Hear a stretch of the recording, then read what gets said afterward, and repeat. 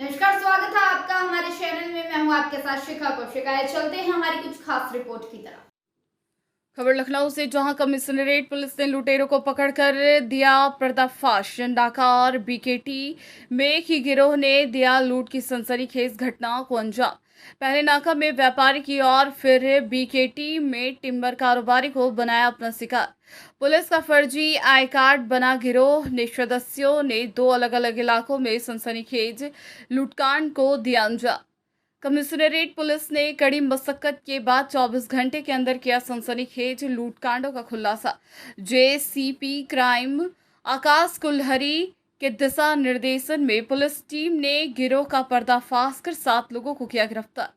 पकड़े गए आरोपियों के पास से 23,55,000 रुपए वारदात में इस्तेमाल, एक कार, एक पिस्टल व 15 कारतूस समेत पुलिस का फर्जी आईडी कार्ड समेत अन्य सामान बरामद में की थी इन्होंने, उससे रोक करके वापस अपनी पुलिस की फर्जी आइडेंटिफिकेशंस दिखा करके व्यापारी को डरा धमका करके किसी तरह से और ये रुपए की लूट की थी।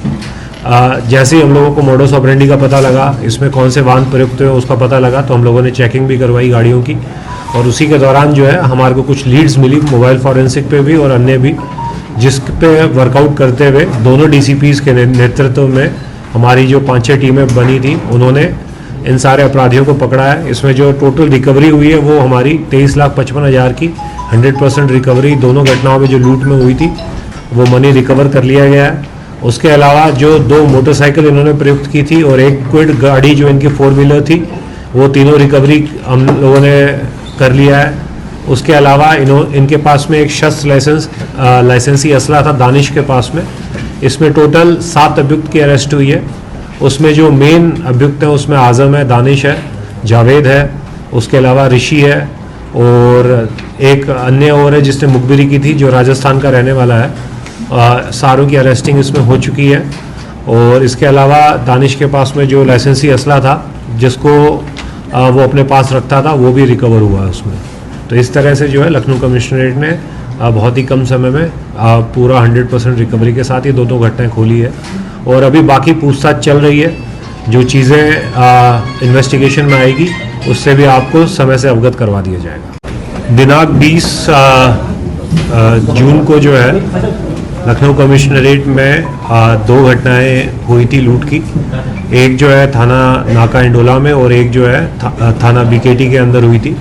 इसमें दोनों व्यापारियों के साथ में लूट की घटना कारित की गई थी और इसमें एक में टोटल जो है एक में 15 लाख के करीब नाका थाने के अंदर जो लूट हुई थी उसमें रुपए लूटे गए थे और थाना बीकेटी में जो है 8,55,000 के करीब में जो है रुपए की लूट हुई थी। उसी में जो है सीपी लखनऊ सर के निर्देशन के अंदर हमारे डीसीपी कासिम और डीसीपी अपर्णा जो है इनको लगाया गया था। क्राइम ब्रांच की 3 टीमें लगी थी और उसके अलावा जो है हमारे थानाध्यक्ष बीकेटी, थानाध्यक्ष मड़ियाऊं और थानाध्यक्ष हमारे नाका वाले, इसके अंदर ये पूरी टीम को लगाया गया था। तत्काल वादी से पूछताछ के लिए एक टीम को गठित किया गया, एक टीम को सीसीटीवी फुटेज को लेने के लिए गठित किया गया, एक टीम को सर्विलांस और मोबाइल फॉरेंसिक्स के लिए गठित किया गया और ये उद्देश्य था कि इसको जल्दी से जल्दी खोला जाए और ज़्यादा से ज़्यादा रिकवरी इसमें हम लोग करवाएं।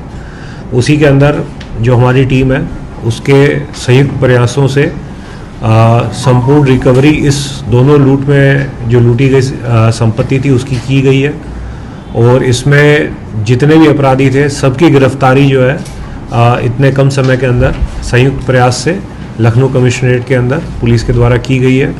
इसके अंदर जो घटनाएं कारित किए थे उसके अंदर इनका जो मोडस ऑपरेंडी था वो ये था कि इनको इनसाइडर इन्फॉर्मेशन मिली थी दोनों घटनाओं में कि इतने रुपए लेकर के व्यापारी जाने वाला है। उसी के दौरान में इनको पहले से पता थी लोकेशन कहाँ पे वो रुपए उठाएगा। उसके बाद में रास्ते में इन लोगों ने उसको रोका। पहली जो नाके की घटना थी उसमें व्यापारी को रोक करके और पुलिस के जो फर्जी आई कार्ड जो आपने देखे होंगे 2 आई कार्ड यहाँ पड़े हुए हैं, पुलिस के फर्जी आई कार्ड दिखा करके उनको एक तरह से डराना कि अगर ये अनअकाउंटेड मनी है तो इसमें पुलिस आपको थाने लेके चल रही है, चलिए थाने चलिए। जब वो व्यापारी डर जाता था तब उसको ले जा करके पैसे उससे लूट करके और उसके बाद में जो है उसको छोड़ देते थे। और दूसरी घटना भी इसी तरह से हुई, जो दूसरा व्यापारी जो था, जिसमें बीकेटी वाली घटना है, उसमें व्यापारी अपनी वैगनआर से जा रहा था, आगे क्विड वाली गाड़ी। उम्मीद है आपको हमारी खबर अच्छी लगी होगी। हमारे चैनल को लाइक, सब्सक्राइब और शेयर करना मत भूलिए। ऐसी ही खबरों के लिए बने रहे मेरे साथ। नमस्कार।